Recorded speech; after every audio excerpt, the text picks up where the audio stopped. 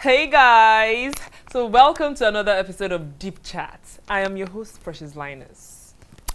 And I know I'm particularly excited today, but I have a good reason for that. It's because of the person I have on this show. Hey! I have somebody on this show. Someone that I particularly respect this lady, right? Not just as a person, but because of her wealth of knowledge, especially on the topic that we are going to discuss today. Like, I searched, and believe me, there is no other person that is more qualified to talk about or discuss today's topic with me. Ladies and gentlemen, boys and girls, my village people,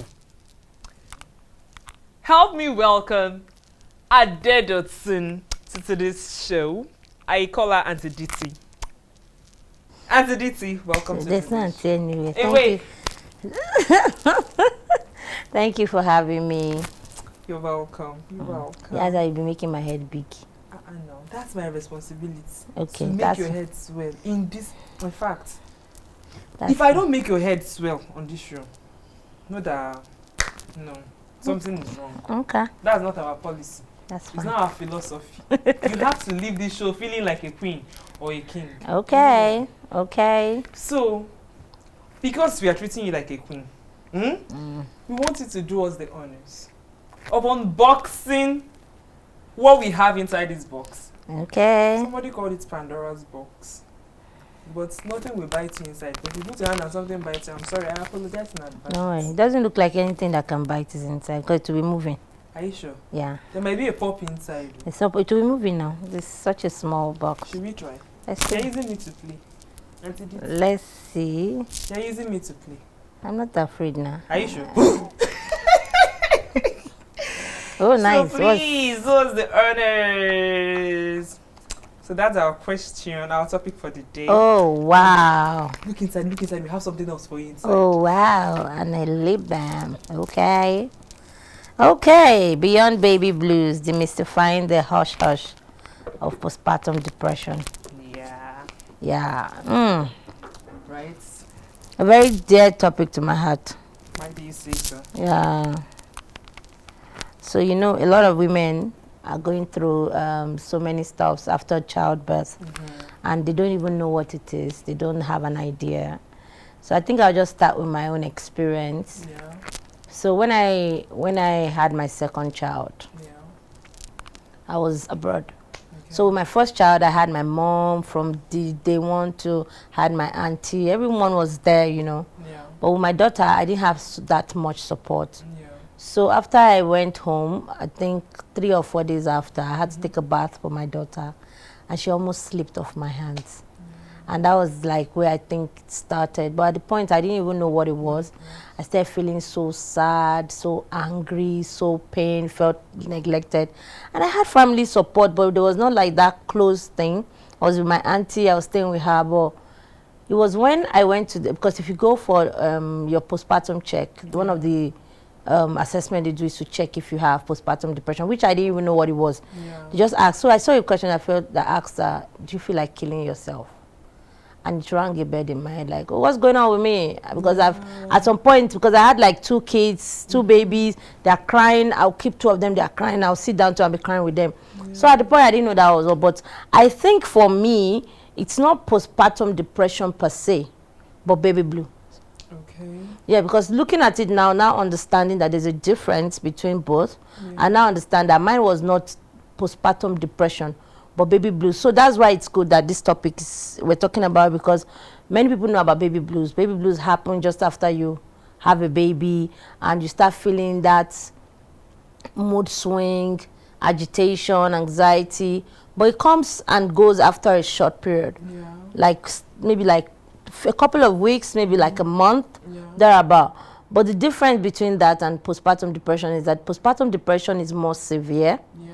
and it lasts long. It can last for several months, can last for several years if it's not attended to. Yeah. So for me, I just look back now and I'll see that it was for a short period I had that, but it can still resemble postpartum depression. And postpartum depression can also start as baby blues, then it now progresses.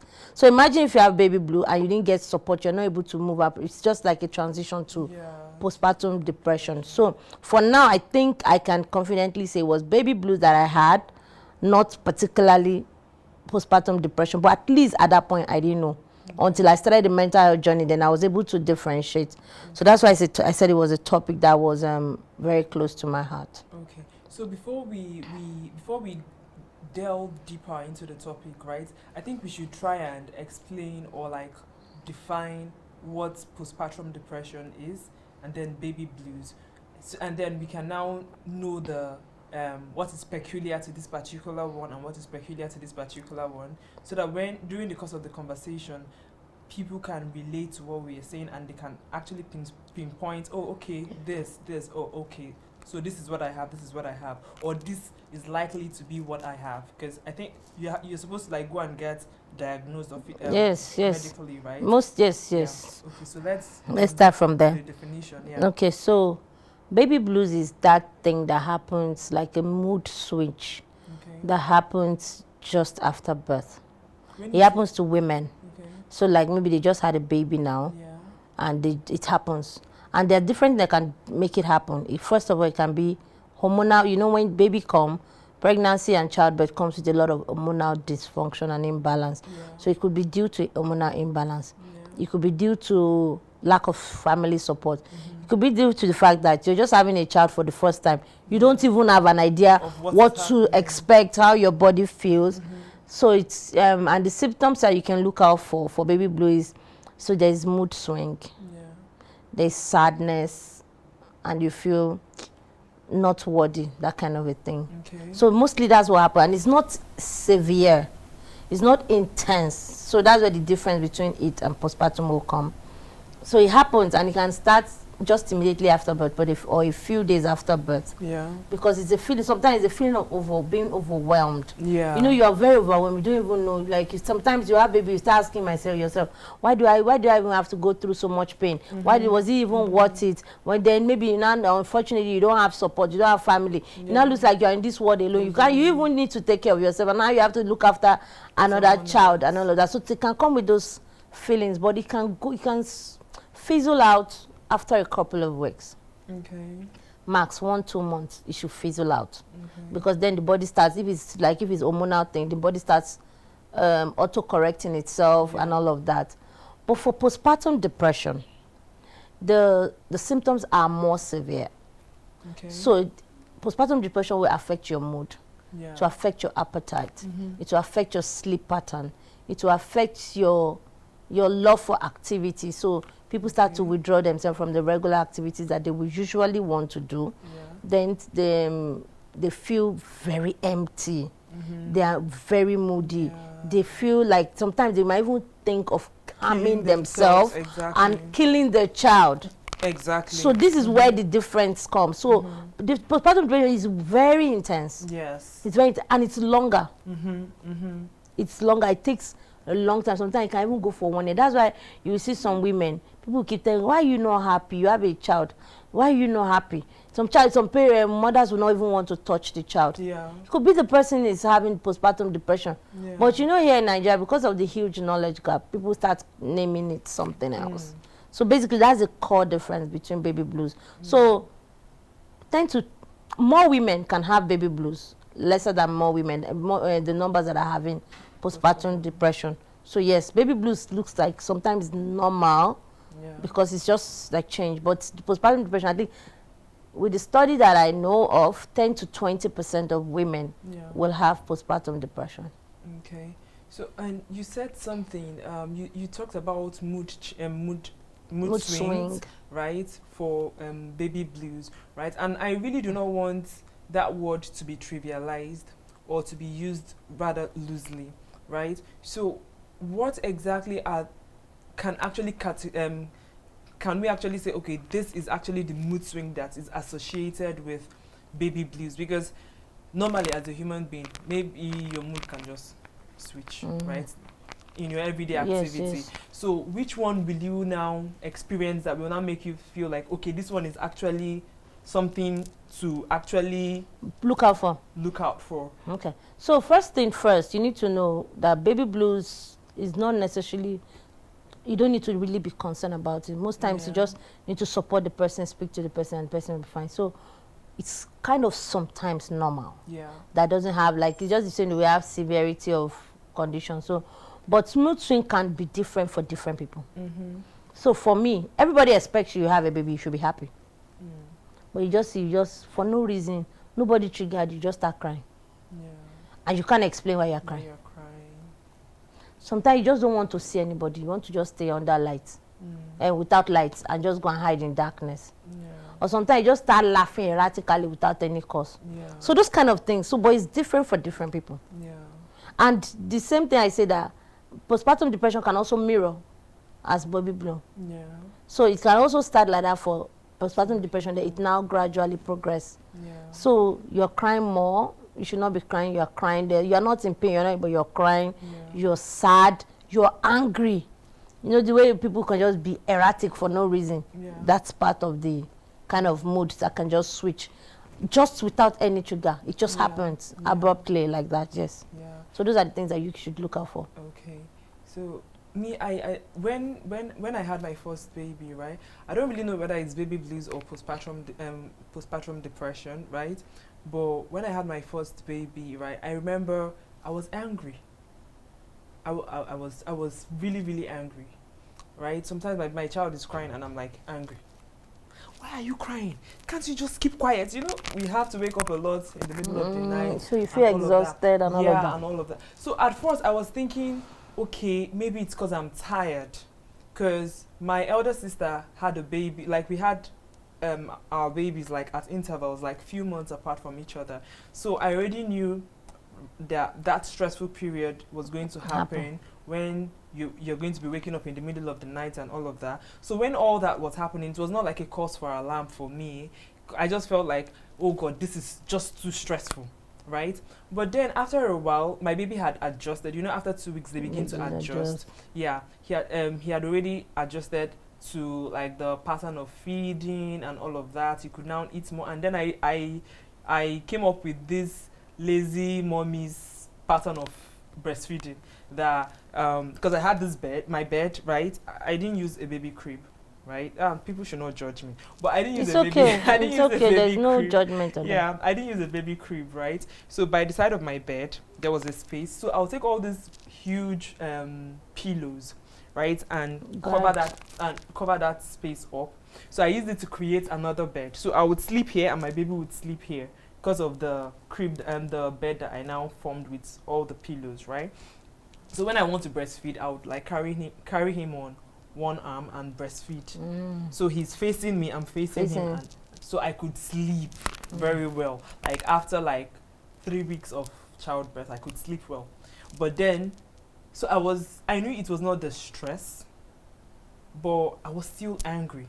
Like I was angry a lot, right? And then I won't really say that I noticed that I didn't want to like be going out and all of that, because I mean you're still supposed to be at home till after your 41 days and all of that. Exactly. So I didn't really notice the going out part, but at the time I was still in school then, I was in university then, but I noticed that after a while I didn't want to go back to school. I didn't go back to school. I skipped a whole year after my giving birth. I didn't go out. I was just at home with my baby. It was just me and my baby. No one was in the house. Like, I didn't want anyone to visit. I didn't want to see anyone. It was just I and my baby throughout, inside the house. I didn't want to go out. I didn't even want to go and be buying stuff. So anything I wanted to buy, I will order.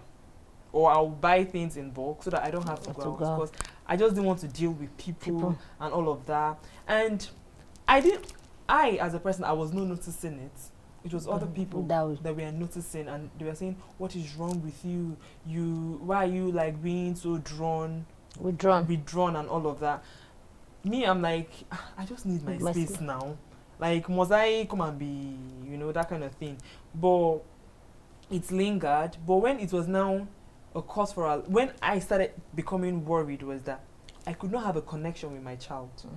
Right? I could not connect to my baby till I think he was after a year, and then I was almost pregnant again, like Almost. yeah, for my second child, right? But I could not connect to my baby, so I was like, why?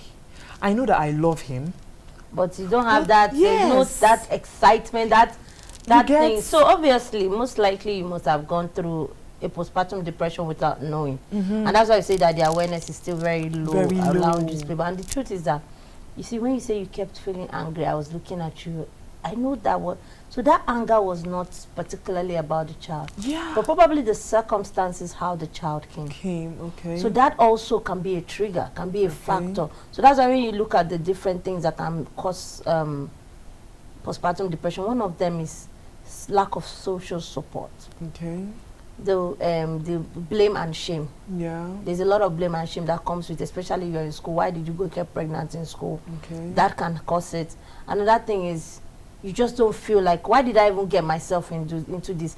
And you start beating up yourself. You're not forgiving yourself for all those actions. So all of that will weigh on you. It makes you withdrawn. Yeah. So imagine you start losing interest in the things that you would normally want. You didn't want people, you didn't want to have. So these are signs. That's why I tell people, for different people, it will present differently. Yeah. But it takes someone that understands themselves. Then it takes a supportive person that knows that, oh, this is my partner. My partner is not usually like this. Or this is my child. She's not usually this person. So there's something that we need to check out for. So that's where you need all the support, the love, the care. But unfortunately, some people will be like, look at this one, I just had baby. Then some people even now still blame you on it. The circumstances already was not favorable. Then people will now still blame you. You now become the victim. When they're supposed to give you and show you love, they begin to castigate you. All of that will bring your spirit down. All of that will make you feel less worthy. All of that will make you even be angry. So yes, you have a child. There's that, oh, I'm a mother, but why is it time? Why should I even have it now? I can always have it. So that's where that disconnect comes. So all of that are possible symptoms of postpartum depression. Yeah. And there are people that might be going through something else so that they can't even understand right now. Yeah. And it's what's causing these issues. Yeah. And but do you think that the reason why people don't speak up, because in my case, but I don't know whether it was just in my head, I felt like if I tell people, if I speak to someone, hey, see, I have this issue. This is my baby, right? But I don't feel, because I know that you're supposed to, now I feel it, right? I feel like I'm a mom. But then I can actually forget that I have a child. Like, it was very easy for me to, like, I was a different person, like, without a child. And that's one of the major symptoms too of postpartum depression. Yeah. You begin to lose, you don't want to attach. Yeah. So, and it also impacts on the bond between mother and child, which you know, even right now, you know how important it is for you to bond with your child, close body, but you don't want to hold the child. So you lose bond from it. So it has a huge impact. Yeah. It has a huge impact. But do you think the shame or the stigma surrounding when you speak up, people blame you for it? Do you think that's part of why people don't speak up? Yes, a major part of it. So that's what I'm saying. So first of all, postpartum depression is a major mental health problem. But even the concept of mental health, how much do we know? Then now you now go and tell people that, I don't know, I don't feel attached to my son, my child. They start to judge you. They start calling you names. They start saying, instead of trying to understand and say, oh, there might be problem. There is no mother on earth, no matter how the come time for you to decide to carry the pregnancy through, you love that child.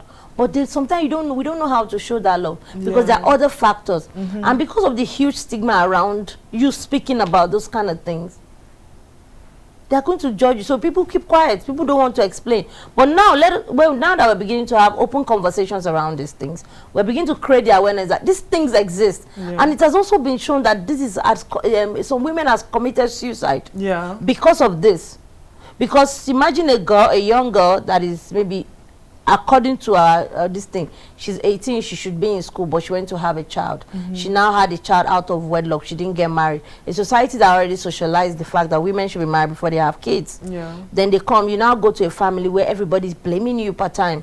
That already has messed you up. You go to school will not let you in because everybody will be laughing at you. So the shame, the gloom, the fear, the feeling of being unwanted. You now look at it and say, what am I even living for? Even living the fact that you had a child, something that is worthy of being a life-changing thing. You're not seeing it as a blessing. Sometimes women will begin to curse their children. I hate you. it's you that made me to my life to be like, even till now you hear a lot of women who say that you're the one that made my life not, you're the one that did not allow me to prosper. You're not, even at our age, there's some people that come for therapy.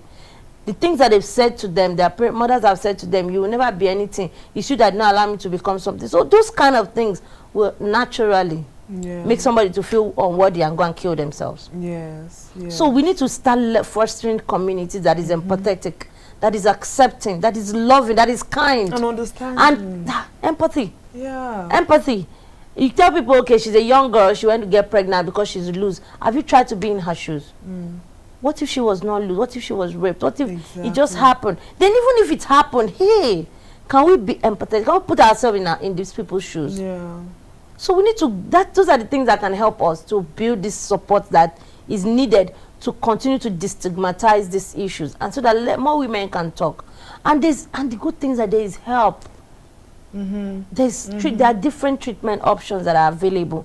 But because the people will not even speak up, how would they even know what is available to them? Yeah. I watched the podcast, right? And in the podcast, they were interviewing a lady that runs an NGO. And she told a story of a girl, because her NGO specializes in rehabilitating Younger girls? Yeah, younger girls, and then children that are abandoned by their parents and all of that. So she talked about a particular mom, right? A particular mom that she's HIV positive, right? And then she has a baby, and she and her baby, they were living in one abandoned building like that. So they said sometimes she just abandons the child there and just leaves. And the child will be there crying and all of that. She's not mad. She's not mad. They just said she leaves, but that she's always coming back to at least breastfeed the child. But it's just that she just does not want to stay there. That they think, so they had to alert the woman because they think that the mother will kill the child. So they had to just start calling out for help. So the woman was saying this, and then she was like, finally they carried both the child and then the mother to the hospital. And it was there that they found out that the mom has HIV. And the baby was also infected. And she was like, you should just take the child, that she does not want the child and all of that. And they were like, how will you have a child that you don't want to take care of? And I was watching as I was watching the podcast, the interview, I was like, is it that these people do not actually understand that it's possible this woman is depressed? Exactly. Because all the circumstances surrounding that child is already too much for her to do. She was raped. And then, as a result of that rape, she got infected with HIV. She got pregnant. Exactly. She now have the child. And the child is HIV positive. And they are poor. Like virtuous circle of poverty. And so what this person doesn't have any reason, they'll tell you they don't have a reason to live. I'm telling you, like... And she would prefer that the child should die. And if you look at it, the actual thing is that, let us look at it, nobody wants anybody to die. Exactly. But in the actual sense, she might be right in her own way. Exactly. Because she can't even take care of herself. How about to take care of a child that is sick and will cost a lot of money to poor. live. And you're poor. So that's why I tell people that's why empathy. You see, the place of empathy is, you cannot overemphasize it. Yeah. Because people don't know how to live there and put themselves in another person's shoes. Yeah. That's why there's no empathy. If you can just look beyond yourself and put yourself in somebody else's shoes, and start to look at it from a different perspective, then you'll be compassionate. Yeah. So that's why the support is very, very important. And you will see that so many women can go on with this postpartum depression for years. And because it was not diagnosed on time, like it's supposed to be part of the postnatal assessment. So once a woman has baby, you tell her she needs to come to the hospital for how many days? 7 days after, maybe 2 weeks after. During those periods, she's coming for immunization for her child. Why don't you do an assessment for her? They are standardized tools. So that early identification will help prompt treatment, and the person will get better. Yeah. But at what point do you think it's now a cause for alarm? There's no point that it is not a cause for alarm. Once it has gone beyond baby blues, it's a cause for alarm. It's a cause for alarm. Because at that point when it's still starting, you can easily manage the person. The person might not even need medication, might just need therapy, might just need to just talk, might just need a cognitive behavior. But it might get to the point where the person actually now starts to take medication. Yeah. So there is nothing that is as good as early identification. Once you start seeing, you know the person you're living, you know this. Just give people should give people, even people that don't know you. Yeah. Once you just tell them this is how you feel, the person should first think that maybe there is something. It's better you go and do diagnosis and it is not that thing than it is the thing and you are assuming it's not. You know, so the early identification, early detection is the best thing. Yeah.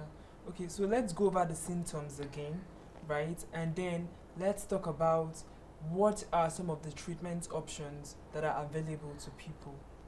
Okay, what are these? Okay, so first thing for postpartum depression, you have mood swings, severe mood swings, the feeling of not being enough, emptiness.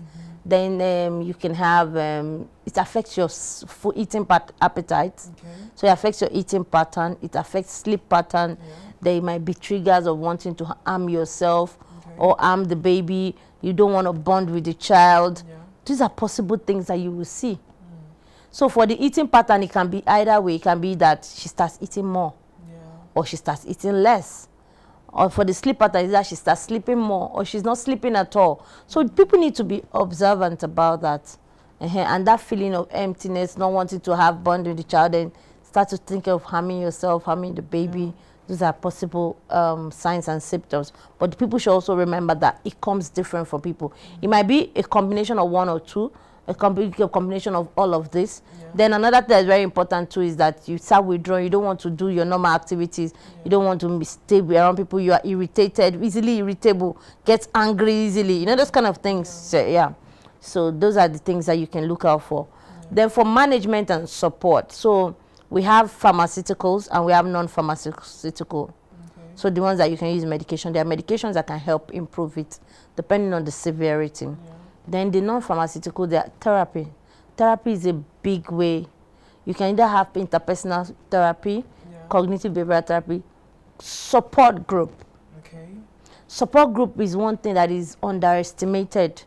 Because one thing that happens with support group is that you're in a group of people that you have shared experience. In that group, some people have done better. Some people are going to have to do worse than you. So shared experience helps people to feel better, knowing that they are not alone. So many times you think that you are alone in this thing. That's why you don't want to speak up. But if you're in a support group where you hear other people's stories, you not be like, oh, my own is even better. That way it gives life to us. Then another very important thing is partner support. So partners can also help to support their spouse by maybe with the child care, help to carry baby, help to do this. You can also help with the house chores. And that's the thing that's killing a lot of African women, because they have baby now. People expect them to start cooking, help them to start cleaning the house and all that. But if partners or support systems can help, it can also help improve it. Then the power of speaking up, speak up so that you can get help. And the partner can also help you get help. So instead of judging or look inward and see that maybe there's a problem. Especially if you know this person, that this person is not usually like that. So all of these things can help a huge way to improve the symptoms and signs of postpartum depression. So the symptoms and the signs can be managed, and improved, but not like you can't drink. It can go. And it can go. Okay. Yes, it can go. You can. It's just most times is a feeling. Okay. And if like for instance, if it's an hormonal imbalance thing, if you go to this, if you do hormonal profile, they will tell you what is going on, and you can take medication. It can be, you can have 100% treatment. Okay. You can have it's just that the pace at which I will heal is different from the way another person. So it's you give time for different people's their body, whatever the triggers are, the much support they have will determine how fast. But it can be you can recover 100%. And I think we should internalize this a bit, right? Because we've spoken on empathy from other people, but you as the person. Yes, be easy on yourself. So like you always tell people many times when things happen, you start to blame yourself. I wish I had done this better. I wish hey, it has happened. Can you take it easy on yourself? You're just human. So that's self-care. That's where the place of self-care, self-love is one of the major ways to, from yourself, from within. You start looking at yourself better. You start seeing things. You start being grateful for the things that are working. Those are the ways you build proper self-care. So you look inward and say, okay, yes, the circumstances of this baby might not be favorable, but look at an amazing child that I just had. And God loves me so much. There are people that they are in the bright circumstances, but they don't have kids. So now start practicing gratitude from within. Start trying to see things that are working. Start making an effort. And self-care, prioritize your self-care. If you feel like sleeping and you have support, don't take on everything. Don't think you can do it. It's no superhuman being anywhere. So that you don't relapse. So yeah. And ask for help. Exactly. Ask for help. So, you know, many women don't know how to receive kindness. They don't know how to receive kindness. There's nothing wrong with saying that I feel exhausted. Can you help me? But because we have been socialized to do everything, jack of ourselves. So please accept kindness. And when you ask for help, it's not a sign of fear. Weakness. It's not a sign of weakness. It's a sign of strength. At least you identify that you have a problem. You identifying that you have a problem is strength, because some people wouldn't even know. So asking for help is strength rather than opposite of it, thinking that it makes you weak or vulnerable. Vulnerability is good. We're humans. Being vulnerable is what makes us human. Exactly. You should be vulnerable so that people can see who you really are. Let's not just remain plastic and think we can do everything by ourselves. We can't. And having a baby comes with a huge responsibility, lifetime responsibility. So why don't you, as much help as you can get, why don't you receive it? Exactly. So you've heard it on this show. Be kind to yourself. Be patient with yourself. I mean, like, show yourself that kindness that you are expecting from other people. Show yourself that kindness. And see, nobody's a super mom. I think that's that ideology of you have to be a super mom to be a qualified mom, to be in a mommy group chat. Please, this is not the time to, this is not the place or the time to do that, right? Be kind to yourself. If you are in a group where people are not kind, or they expect you to be perfect as a mom, plastic, don't feel your feelings, don't express your emotions, please remove yourself from such groups. You've heard what she said, that we should look for support groups that we will actually be able to be vulnerable and with you. And safe spaces for people. Exactly. So those are the things that we need, we as mommies, so that we will not feel like. And also, we should also be kind. We men too should also be kind with other women. Because you see some people be like, Shebi, it's not the same baby that I have. Everybody's experience is different. Can you allow people experience their experience? Allow people to feel their pain. Don't come and dump your own. And many times you just feel that people want to dump their feelings on other people. No, let's also be kind. Women, we know that it's not an easy thing to have a child. Whichever way. Some people will go 1 hour to come up. Good for you. There's some women that will be there. There's some women that will lose their children. There's some people. I have a friend that the wife had a baby like 2 or 3 weeks ago. She just got home a few days ago. Immediately after that baby, after they did surgery for her, she had complications. They had to even rush her to National Hospital. So imagine the trauma she will be feeling, the baby, all of those things. And you just but you, because you're lucky, you go in, you have normal delivery, 1 hour, you come back, you think that you had the power over it. No, you're just lucky. Because a lot of women too have gone there and the baby will die, they will die. So let's be empathetic with ourselves. Let's be kind. Yes. Like you've said it all. Like you've made the points that, and from some of the things that you were saying, I could understand some things that I went through, right? And I think because I'm understanding some of the things that I went through, I think I have to do a lot of forgiving to myself for blaming myself for a lot of things, right? And most especially when it comes to feeling the way I felt and thinking there was something wrong. It's okay. I even tell you your feelings are valid. Until it starts affecting you, your feeling is valid. If you didn't feel it, you wouldn't know the difference right now. So feel your feeling, but get out of your feeling. Don't stay there. So, but feeling, if you must feel. you must allow yourself to feel. It's just the way you say forgiveness. Yes, beat yourself up, but now tell yourself, okay, it has happened. Let's move on. Yes. We might not move on, we might move forward, but take another step. Yes. Yeah, but let yourself feel. Yeah. You are not a tree. You should feel. So it's okay. Yeah. And the way I feel and the way you feel is not the same. So let everybody feel in their own unique way. Yes, so. Yes, so. So thank you so much. Thank you so much for being part of the show. Thank you for having me. You shared wisdom to us. That's I told you. I see. See, let me tell you something. If I'm giving someone an introduction, you better believe the introduction that I'm giving, because I don't even cap. I don't even like say things like use words loosely like that when I'm introducing people. Thank you so much for all the knowledge you shared. Thank you. We appreciate the knowledge. We appreciate everything. We appreciate how honest and open and transparent you are while discussing the topic, right? Thank you so much. Thank you. And our lip balm that we gave you, I hope you like our lip balm. I will take it now. It's green lip balm. Green. No, if you rub it, it's going to be. Yes, now it's let's not give me. It will not give me red lips. No, it will not. Though. Okay. It will not, though. Thank you. Thank you so much. Thank you so much for being here. So you guys, this is where we draw the curtain on today's episode, and I hope that we learned all the things that most of the things that we need to learn about postpartum depression and baby blues, right? And don't stop here. Seek further knowledge on the topic, and to be able to not just help yourself in case you are in that position or you ever find yourself in that position, but also to be able to help other people and tell people, okay, this might actually be what you're actually passing through. And if you're in this particular position, it's never too late to get help. I mean, is it ever too late to get help? No. It's never. And it's fine. Whenever you find the time, whenever you understand, whenever you hit that place where you say, oh, I didn't know this is what it's okay. Exactly. It's okay. It's okay. Help will find you wherever you are. Exactly. So I'm going to let you talk about your brand, right?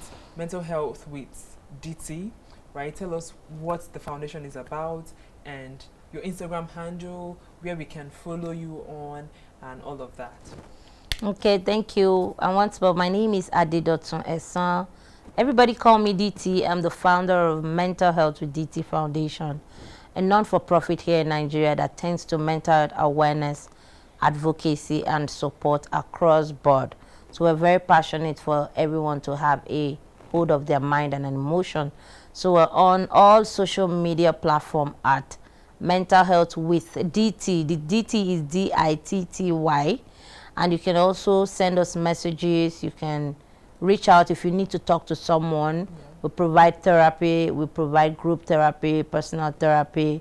And we do a lot of trainings. If you want to know more about postpartum depression, we have a whole course around that. If you want to train your staffs on mental health first aid so that they can help themselves and help other people, and also know more about the mental health issues that exist, we're here. So we are your one-stop shop for mental health resources. Thank you. Exactly, you heard that.